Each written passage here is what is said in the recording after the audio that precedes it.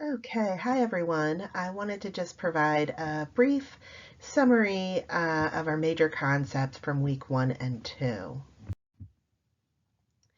So first of all, before we take a dive into those major concepts, I just want to remind you as we're moving through, especially since we're leaning a lot on a biopsychosocial medical model that doesn't always prioritize a sociocultural lens or relationship, that in the end, we're looking through this lens as a means to look at, but for the client, what does a connective relationship mean? What role does the family values play in thinking about their sex and sexuality and how they relate to another? I also want to say that genograms are not only great, genograms being, family trees essentially, where you can look at different patterns of behavior across generations, because how we define love and connection and what we consider to be a bonding ritual, all of that is culturally based, and it can be really interesting to look at attachment style across generations. That's something that I've found helpful in working with my own clients. And just a reminder that anytime we're talking about sex and sexuality, it's important to be creative, open to the moment, exploring, pleasure and safety and lived experiences can be hard for folks to verbally process. And so metaphor and creativity become a key component to helping the client fully express their experience. So I just wanted to give you a heads up. I posted this PowerPoint in the classroom, and I have some additional links for some further learning for you. That's based in biological, psychological, social. So some looking through that lens at really what biologically contributes to us having a sense of safety and pleasure versus a sense of suffering. And really, I had a supervisor at one point, she said to me, Abby, we're really just a bag of hormones. Now, while that is a oversimplification, what I would say is that a lot of issues related to performance, uh, postmenopausal experiences, post-birthing experiences, moving from one gender to another. All of this is related to understanding the importance of our sex hormones, and oxytocin being one of the more important ones for love and attachment across the lifespan. And really, these are very normal changes, right? Like, we are all human. We're not going to be the same forever. And so, what is appropriate, let's say maybe when I'm 14 as a bonding ritual with, maybe my first boyfriend is maybe not going to be the same bonding ritual that will, give me a sense of fulfillment at the age of 45. Maybe it will, I don't know. We never want to place assumptions on a client, but just to say that there are natural lifespan development concerns that can bring up struggles for clients presenting, in presenting concerns, and they're just really normal. So, our able-bodiedness will change over the course of our lifetime.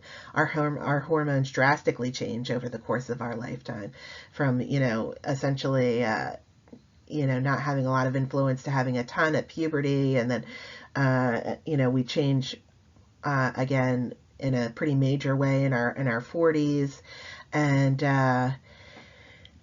the research is clear that these kind of physically based changes will create some pretty big changes and needs for the client in terms of their gender and sexual identity, both of which we know to be fluid, meaning that they will change over the course of the lifespan, probably multiple times, in how the individual sees and identifies these areas of self. Okay. And just wanted to come back to two of my favorite images, the gingerbread person, the unicorn person. These are, not the person, sorry, Saturday morning. the gender unicorn, because they really go, it's a nice metaphor and a nice place to begin with some healthy psychoeducation for your client about how gender and sexuality can be fluid across the lifespan, and how sexual orientation, biological sex, gender expression, and gender identity can relate and not relate. And for some clients, that's really new information. And so it's just important to begin from the beginning, even if you're assuming that the client may know something, just so that you both have an agreed upon language when you're talking about these topics. And these images can be helpful for that. And again, just want to bring up the importance of creativity as a way to express and explore sex and sexuality.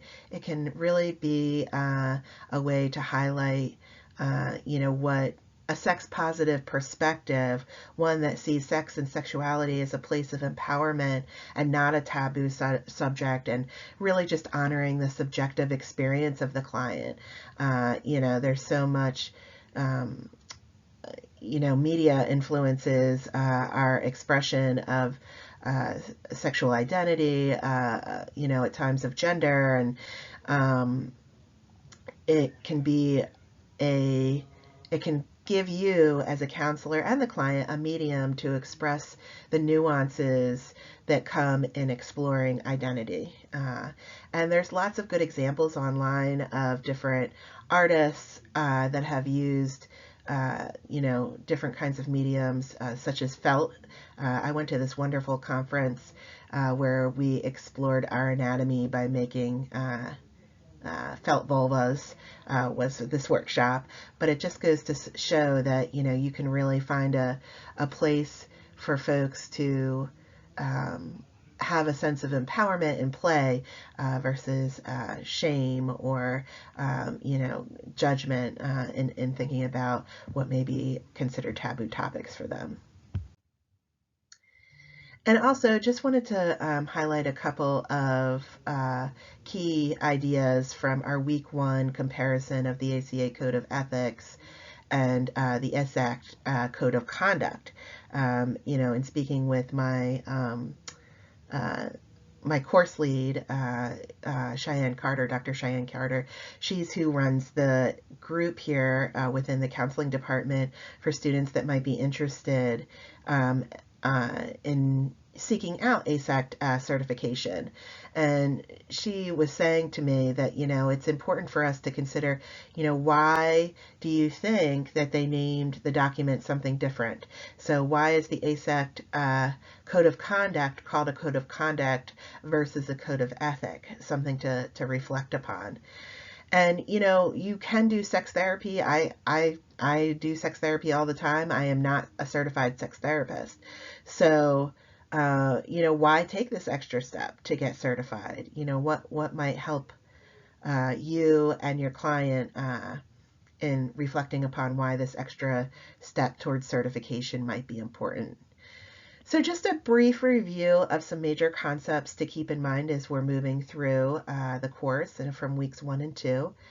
I'm really looking forward to working with each of you, and any questions or reflections are invited. Thanks again.